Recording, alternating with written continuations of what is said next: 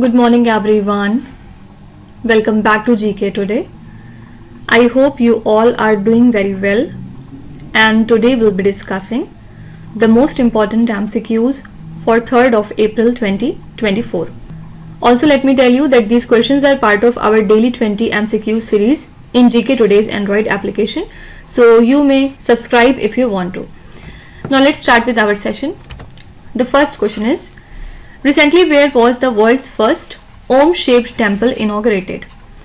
So the world's first Omshaped Temple, also known as Om Akar, has been inaugurated in the Pali district of Rajasthan state, and it spans in nearly 250 acres. Okay, it has the Nagar style of architecture, and it has intricate design of North India's heritage.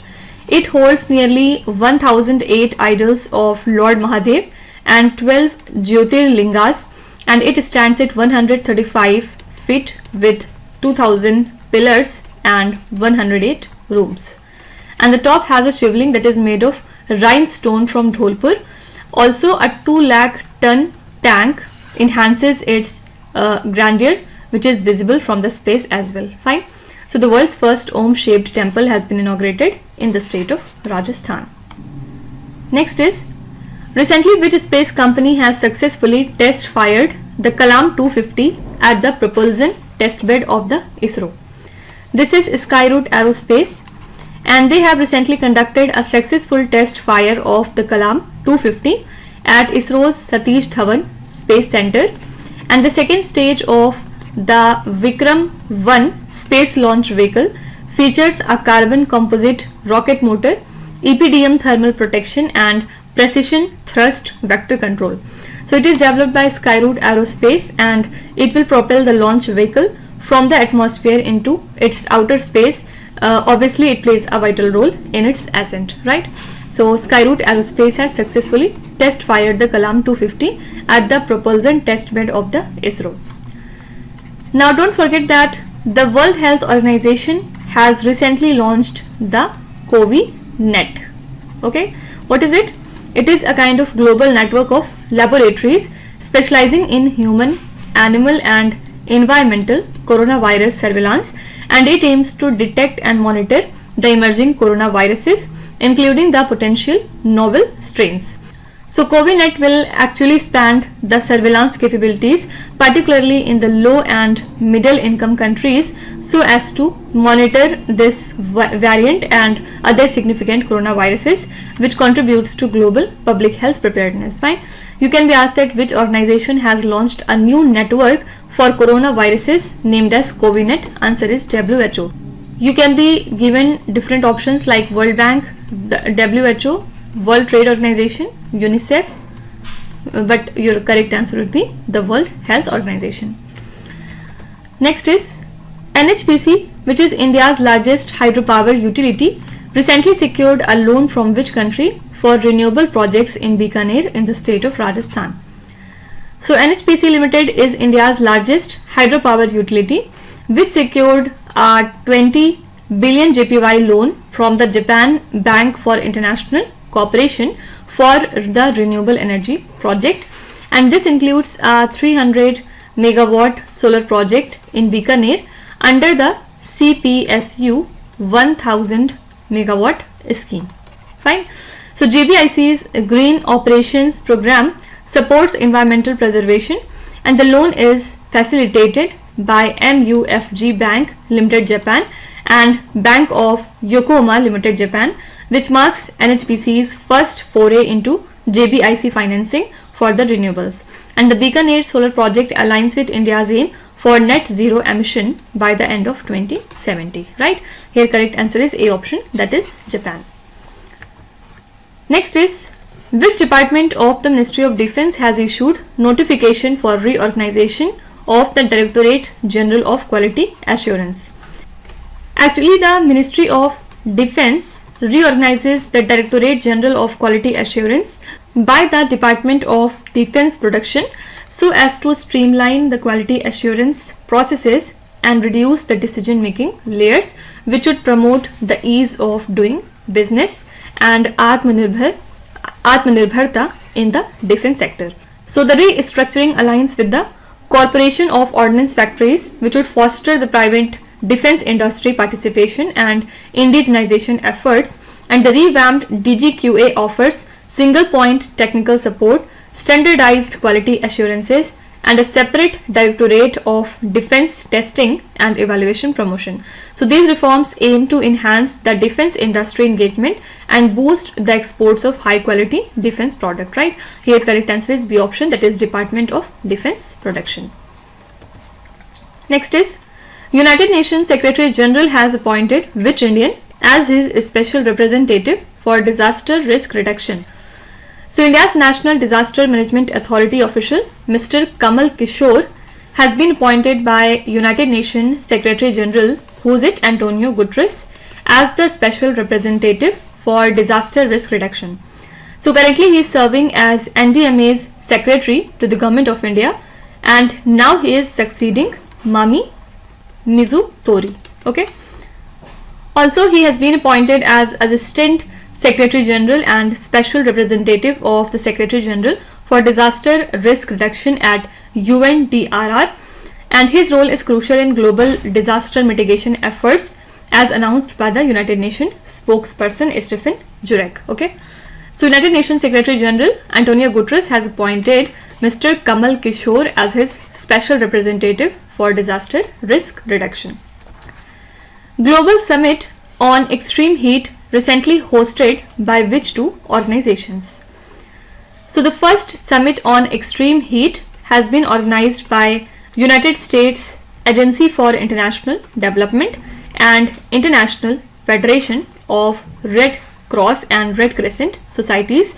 Basic aim is to address the impacts of record high temperatures in the year 2023, and the initiatives include the IFRC and USAID Extreme Heat Global Action Hub, 5 grand challenge prize, and an interactive heat exposure projections map, also guidance for federal agencies overseas, and a toolkit for higher education from the University of Pennsylvania. Okay, so Global Summit on Extreme Heat has been recently hosted by which two organizations? Answer is USAID and Red Cross. Okay. Next is Koramangala Chalaghatta Valley project, recently seen in the news, is related to which Indian state? Here answer would be D option, that is Karnataka. Actually the center aims to expand the Karnataka's Diskesi Valley project nationwide for wastewater reuse, and it refills the lakes in dry districts like Bangalore Rural, Kolar, etc. And the project's success in recharging the groundwater led the ministry to consider the replication for lake rejuvenation in across different states. So it receives a partial funding under the Atal Bhujal Yojana, and the upgrades for better tertiary treatment and biomedical treatment are suggested. India generates about 72,368 MLD of wastewater daily, and Sujlam 2.0 grey water recycling project was launched recently for kitchen, bathing and laundry runoff reuse. Okay, so this KC Valley project is related to Karnataka state. Next is Khavda Renewable Energy Park, recently seen in the news, is located in which Indian state?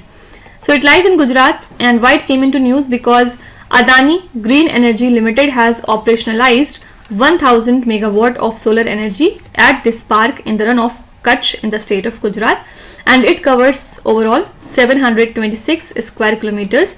It is the world's largest hybrid renewable energy park, and it features the windmills and the solar panels. It would be fully operational by the end of December 2026, and it is said to be visible from space. Also, it is expected to generate 30 gigawatt of clean energy, and it could power 16.1 million homes annually, and it would avoid 58 million tons of CO2 emission at a cost of $2.26 billion. Okay, so Khavda Renewable Energy Park lies in the state of Gujarat. Next is, which organization has recently released the 2023 to 24 list of domestic systematically important insurers? So here correct answer is IRDAI, that is Insurance Regulatory and Development Authority of India. they have released the 2023 to 24 list of domestically systematically important insurers, including the LIC, GIC, that is General Insurance Corporation of India, and New India Assurance Company. Okay, so these are vital insurers with potential to cause significant financial system disruption if they fail, and often they perceived as too big to fail.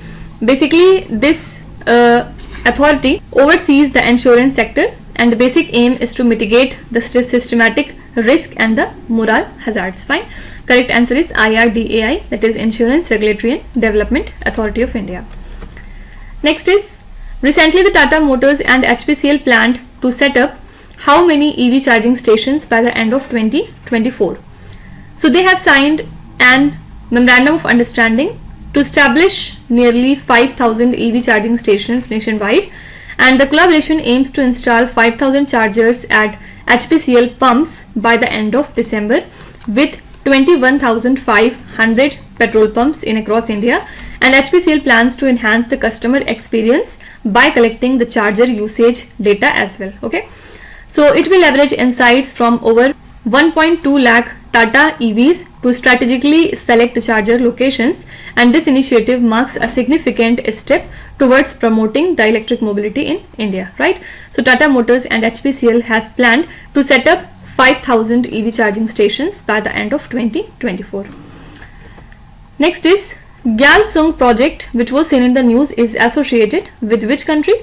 Here answer is C option, that is Bhutan.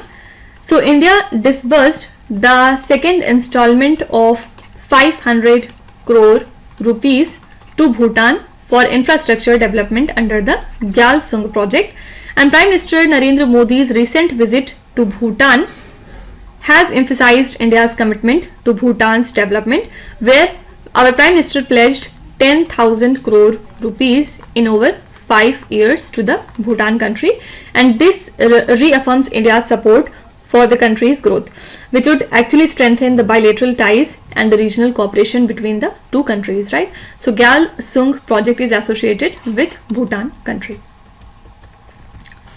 Next is, what was the theme of Metto Seminar Meghyan 24?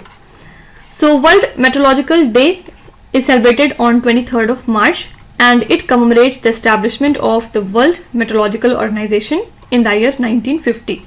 So recently a Metto Seminar named as Meghyan 24 was organized, where our Admiral R. Hari Kumar emphasized the urgency of addressing the climate change, and it aligns with the WMO's theme, that is at the front line of the climate action. So Indian Navy commits to sustainable policies, integrating climate considerations into security strategies, right? Correct answer is A option, that is at the front line of climate action. Last question is, Yunhai 302, an environmental monitoring satellite, is recently launched by which country? Here correct answer is B option, that is China. China launched this satellite for environmental monitoring from Taiwan Satellite Launch Center in Shaanxi province, and this satellite will focus on atmospheric and marine environmental detection, space environmental monitoring, disaster prevention, and scientific research, right? So Yunhai 302 is an environmental monitoring satellite that has been launched by the country China. Okay.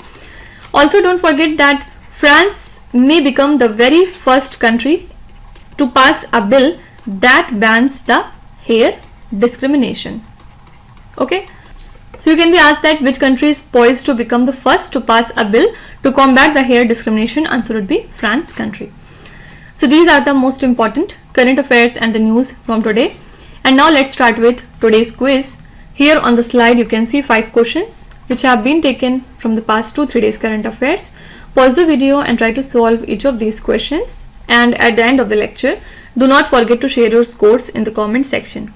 So please be honest and do not cheat with yourself. So that's it for today. I hope you have liked the session. These were the important news and events from today, and we will meet again tomorrow with some more important current affairs. Till then, stay tuned. Thank you so much for watching, and please do not forget to subscribe to GK Today. With this, me Nushat Sana signing off.